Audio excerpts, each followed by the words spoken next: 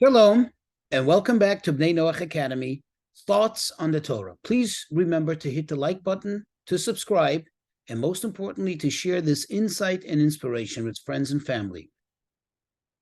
When you look in the book of Numbers, chapter 32, from here till the end of this book, it goes in detail, describing all the various stations along the way, meaning all the travels and stops, all the journeys and encampments from when they left Egypt until they came to Yarden Yerecho, which literally translates the Jordan right near Jericho.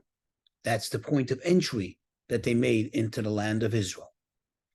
Now, if you look at the first verse, there seems to be something odd, unless, of course, we understand it properly. And that is, it says, Eile mas'ei b'nei Yisrael. These are the journeys, plural, of the children of Israel, asher yatz'u me'eretz Mitzrayim, that they left from the land of Egypt. Question: how many journeys did it take to leave the land of Egypt? The land of Egypt they left only once. And once they journeyed from Egypt and made their first stop, their first encampment, that's it. They were out of Egypt. So what does this mean? That these are the journeys, plural, that they took leaving the land of Egypt. There's one thing if it would have said, these are the journeys which they took after they left the land of Israel going to Israel, because every journey was a step closer to Israel. But the wording here doesn't seem to make sense unless, of course, we understand it correctly.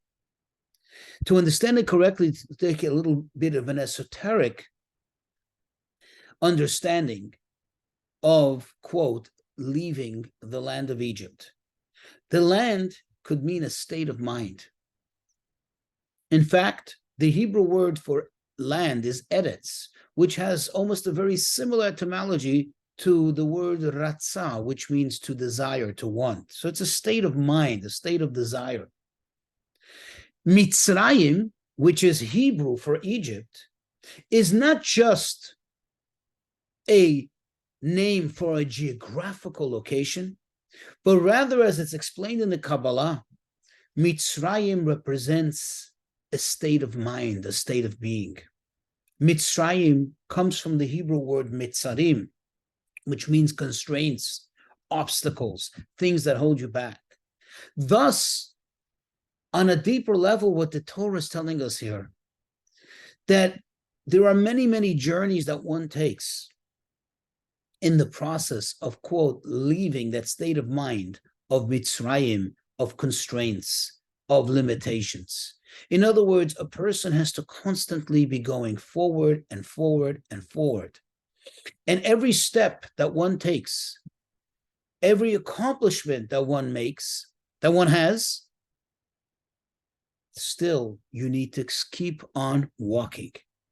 You need to keep on going further. You need to keep on journeying to the next accomplishment and to the next accomplishment. And if one has an accomplishment and they stop to celebrate and figuratively decide, this is the place we're going to stop.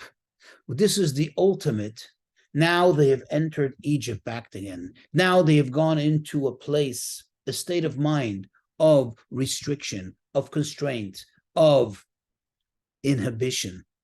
They are being now inhibited by their own sense of accomplishment and by their own lack of sense of the more and the greater that they're able to achieve. Thus, we have to continuously travel and travel and travel, always going forward, always leaving Egypt until we come to that promised land. What does that mean, that promised land? Well, in this sense, for the topic of our discussion, that is the ultimate promised land. That is the land above, the true land of life, the eternal life. But until we reach there, a person's life should be full of journeys. It doesn't mean we should be uncomfortable. You can travel and be very comfortable. What it means is you should not be comfortable in becoming stagnant, in getting stuck, even in the greatest accomplishment, because that accomplishment, no matter how great it is, compared to the next level of accomplishment, it is a sense of Mitzrayim, constraint. It is actually a minus, not a plus. So always go forward, keep on journeying, keep on walking.